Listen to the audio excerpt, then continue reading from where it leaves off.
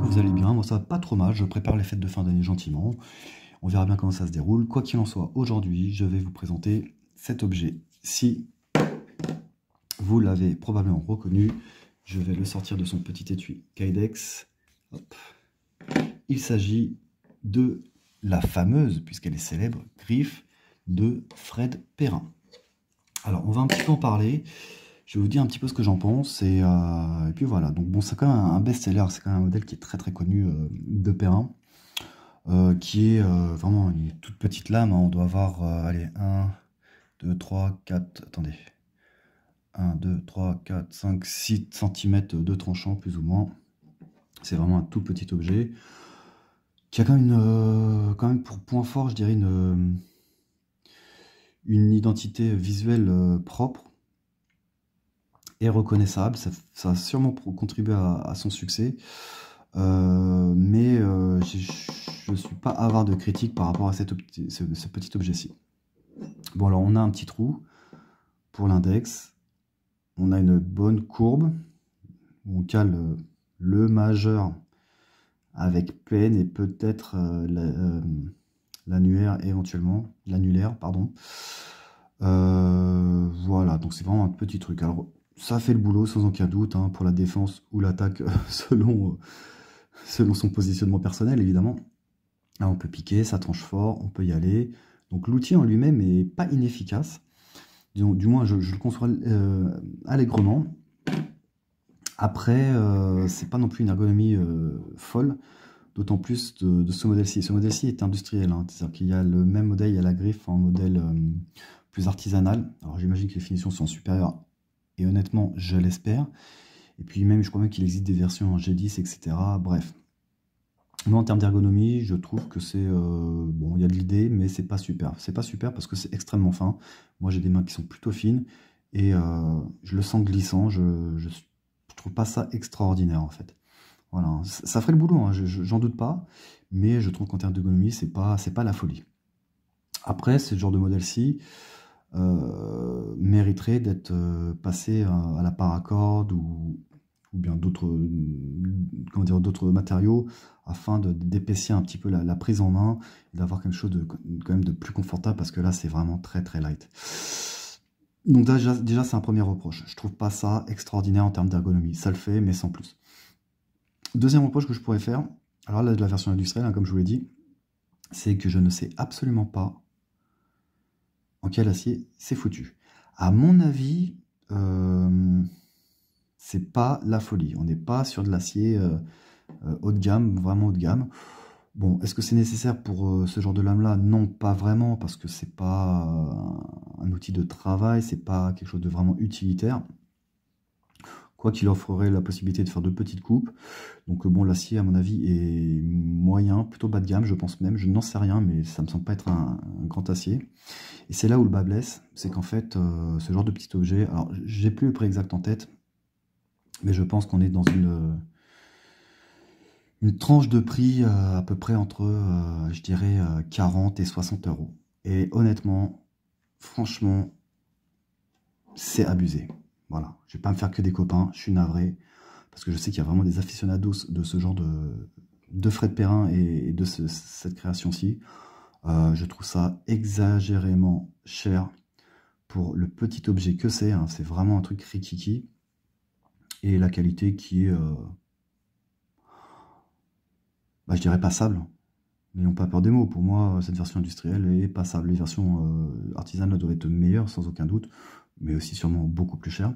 Quoi qu'il en soit, sur ça, du Fred Perrin, une petite griffe comme ça, dans un acier, on ne sait même pas ce que c'est, qui n'a pas l'air au top. Je donne une tranche large, hein, je ne sais plus exactement le prix, mais enfin bon, entre 40 et 60 euros, c'est abusé. Pour moi, le vrai prix d'un objet comme ça, sincèrement, c'est pas plus de 20 balles. Honnêtement, pas plus de 20 euros. Après, bon, c'est Perrin.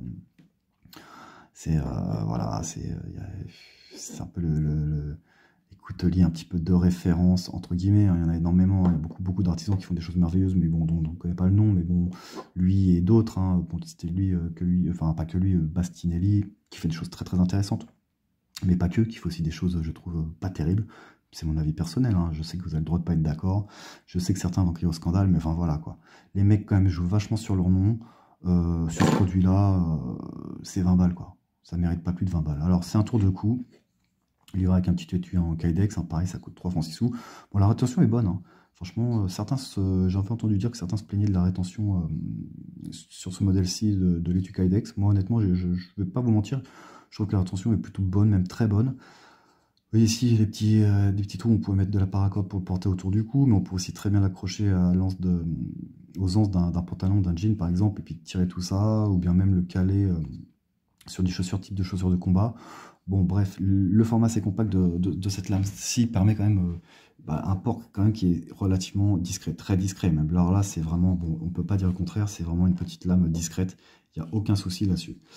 Par contre, ouais, le souci, c'est que les mecs, parce qu'il y a le nom, parce qu'ils sont un peu connus, parce qu'en plus, ils marchent bien aux États-Unis. D'ailleurs, il y a même beaucoup plus de leurs produits, dans certains cas, qui sont proposés aux États-Unis qu'on a du mal à trouver en France. Bon, voilà, quoi. C'est parce que c'est Perrin.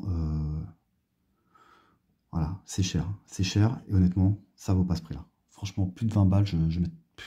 Non, c'est même pas la peine. Alors, je l'ai acheté quand même, je l'ai acheté, ça fait peut-être plus de 10 ans d'ailleurs. Je l'avais quand même oublié, je l'ai retrouvé au fond d'un tiroir, donc je me dis, tiens, je vais la présenter.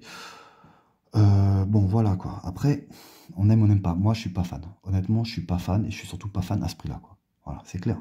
C'est pas parce que c'est Perrin, c'est pas parce que le modèle est un petit peu un best-seller de Perrin, que ça mérite d'être vendu à ce prix-ci. Je trouve que c'est du foutage de gueule. Je suis désolé, hein. Après, je vais pas me faire que des copains, je le sais. Mais bon, voilà, quoi. On sait même pas quel acier c'est absolument basique. Enfin, je veux dire, les finitions sont bien, hein, sont correctes, hein, mais sans plus, hein. Il n'y a vraiment rien d'extraordinaire. Il n'y a pas de partie mécanique. Enfin, je veux dire, le truc est tout petit. Et franchement, un truc comme ça qui est vendu entre 40 et 60 euros, non. Franchement, non. Je suis désolé, c'est pas... Voilà, c'est pas terrible, quoi. En termes d'ergonomie, bon, bah, c'est bof, ça peut s'arranger, comme je vous l'ai dit, si on bidouille des plaquettes en paracorde ou que sais-je. Enfin bref, on essaie d'épaissir un petit peu la masse du truc, mais c'est un objet qui est très très léger, trop léger même, je trouve, hein. Personnellement, c'est pas dans mes goûts en tout cas, mais qui est vendu bien bien trop cher. Enfin voilà les amis, bon, j'ai retrouvé ce petit couteau-là, cette petite griffe, donc je voulais vous en parler, je voulais la présenter. Je sais qu'il y a des fans, je peux le comprendre. Moi, je suis pas fan. Voilà, à 20 balles, ouais, ok, et encore, mais, mais pas plus, quoi. Enfin, voilà, donc c'était la griffe version industrielle de Fred Perrin. Il me semble que c'est Fred, hein, Franck ou Fred, bon, peu importe, de Monsieur Perrin. Un nom, hein, une sommité presque. Ouais, mais une sommité qui fait payer cher un produit qui est toutefois pas extraordinaire, hormis son design assez original, juste parce que ce monsieur est connu. Très bien, il n'y a aucun problème, mais bon, voilà, le prix est bien trop élevé pour la petite pièce, le petit bout de métal que c'est. Voilà, je me répète, donc on va s'arrêter là. Je souhaitais quand même vous la présenter. Écoutez, j'ai une vidéo en préparation, hein, je vous en avais parlé, hein, parce que je ne sais pas mon arme à feu, j'ai fait des plans, etc. Je ne sais pas quand je vais la monter, je vais le faire bientôt. Peut-être que d'ici là, je présenterai d'autres choses avant, mais en tout cas, cette vidéo arrivera, il n'y a aucun doute là-dessus. Quand, je ne sais pas, comme d'habitude. Voilà les gars, écoutez, portez-vous bien. Je vais essayer de faire une vidéo avant les fêtes de fin d'année. Si c'est pas le cas, au cas où, parce que je me connais, je vous souhaite un excellent Noël. Profitez de ces moments pour vous rapprocher de votre famille, pour resserrer des liens, c'est important, surtout en ce moment. Et puis peut-être que je ferai une vidéo entre-temps. Quoi qu'il en soit, je vous salue tous, passez des bonnes fêtes de fin d'année, on se retrouve très bientôt sur ma chaîne, et je vous dis à bientôt. Ciao.